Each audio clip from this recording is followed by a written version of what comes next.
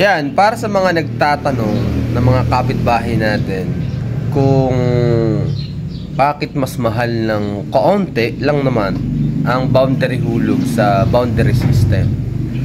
So unang dahilan kung bakit mas mahal ang boundary hulog kasi nga rento unto. Ibig sabihin ito yung benefit nito pag natapos mo yung contract, magiging sayo na yung kotse. Yun yung benefit na pwede mong makuha pag boundary hulog. And also, hindi mo kailangan isoli everyday sa operator yung kotse gaya ng karamihang nagba-boundary lamang, no? Kasi normally, kahit ako nung nagsisimula ako, nung nagba-boundary ako, everyday sinasoli ko sa bahay ng operator yung unit. So, syempre napaka-hassle nun.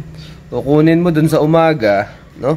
Kunin mo sa umaga, then pag uuwi ka na, sasoli mo uli sa operator mo. Tapos uuwi ka ng bahay nyo, tapos babalik ka uli sa kanila bukas ng umaga.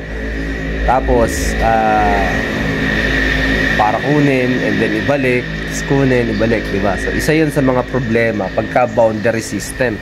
So, hindi ka din makadiskarte kasi may iba pang operator, may oras lang ang biyahe, no? Ayaw nilang sobrang mabugbog yung unit nila. For example, no, 1,000 daily ang boundary.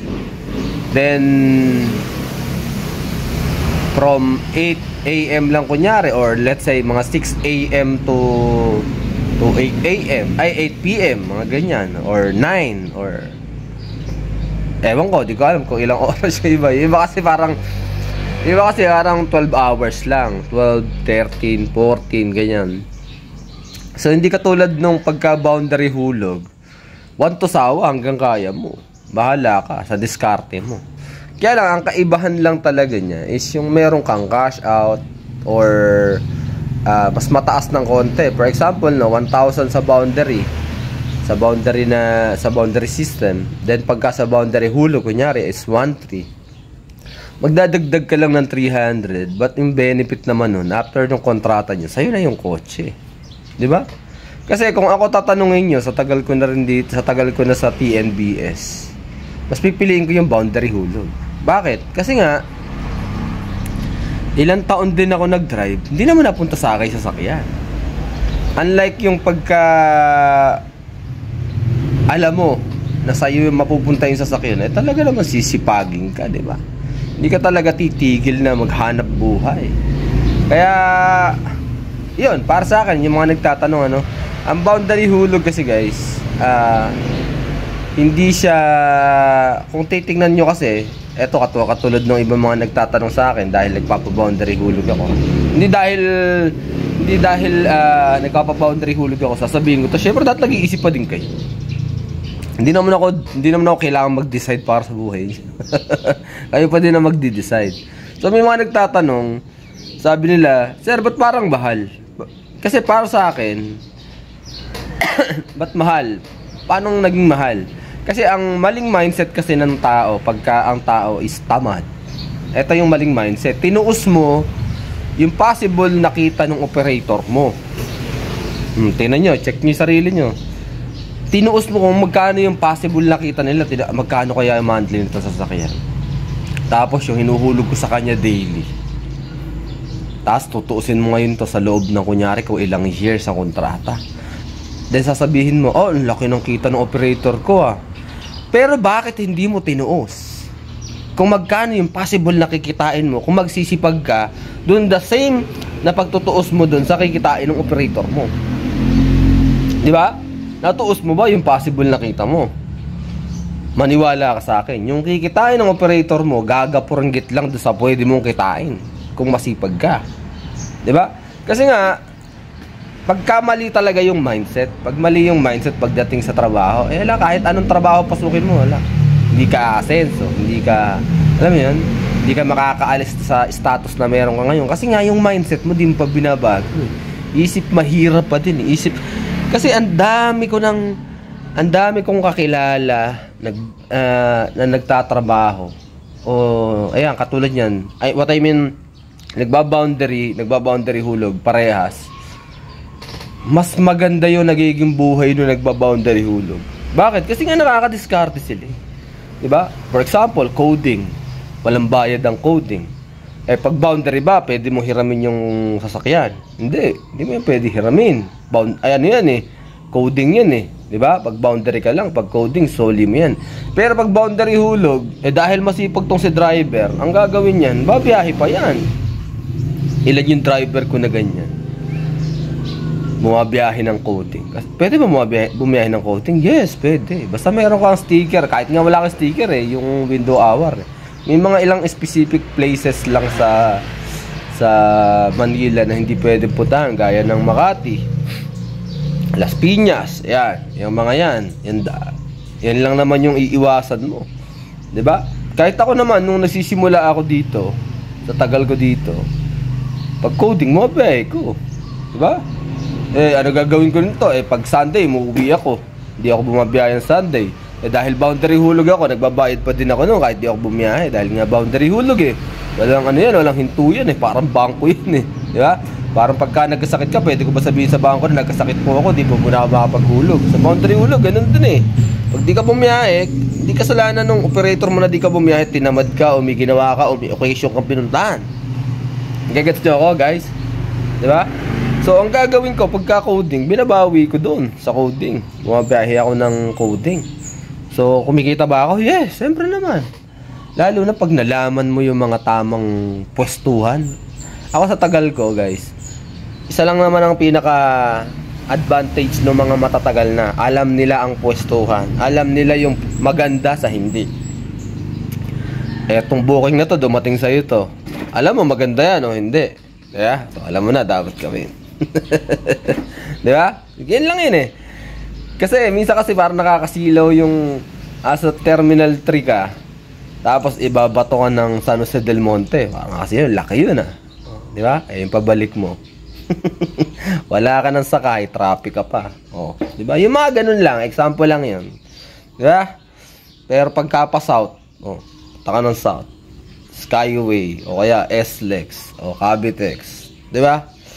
Eh, yun, ilan lang sa mga advantage lang naman na matatagal yun. Kaya pag kami kaibigan sila, especially itong iba kong driver na talagang makulit magtanong, sabihin ko talaga sa kanila, tuturo ko talaga sa kanila. Pero syempre, pag hindi ka mapagtanong, hindi ka mapagsaliksik, eh, paano ka matututo? Diba? Sabi ko nga doon sa isang bago nating driver noong nakaraan, lumabas siya ng sobrang aga, tapos umuwi siya ng medyo mas maaga kasi nga maaga siyang lumabas. Eh mali yung timing ng labas, 'di ba? Syempre, parang aanihin mo lang 'yan eh. Tatantyahin mo lang eh. Anong oras ba talaga normally maglalabasan ng mga tao? Oras ng pasok, 'di ba? Ano ba 'yung oras ng pasok? Anong oras 'yun? Anong oras ng uwi? Yan, diyan talaga mo nalakas. Hanggang anong oras? 'Yun yung mga maaaral mo talaga pagka nagbiyahe ka. Kaya para sa akin talaga, mas maganda yung boundary hulog. Kasi nga, pakiramdam mo sa'yo na talaga yung sasakyan. Huwag mong tingnan kung magkano yung kinita ng operator mo o kikitain sa'yo ng operator mo. Tingnan mo na pag nagsipag ka, magkano yung possible na kita mo. Yun ang tingnan mo. Huwag yung, pagka ba nag-apply ka ng, kunyari, ng restaurant, tapos waiter ka. So, magwe-waiter ka, di ba, no? Magse-serve ka, magbibigay ka ng ganito. Magiging helper ka dun sa restaurant na pinagtatrabahuhan mo. Tutuusin mo ba kung magkano kikitain ng buong restaurant dahil sa'yo? Hindi, di ba? Hindi. Kasi bakit? Hindi mo kayang tuusin. Pero ang totohanan lang, malaki kinikita ng restaurant dahil dun sa tulong o trabaho na binigay mo sa kanila. Nagigets nyo? Yun yung maling mindset natin. Kaya kailangan na natin magbago ng mindset. Baguhin na natin. Lalo na especially pagka tatay ka na. Pag magulang ka na. Dapat ang mindset mo talaga positive ka. Dapat ang mindset mo talaga paahon, hindi palubog. Sumama ka sa mga tamang tao.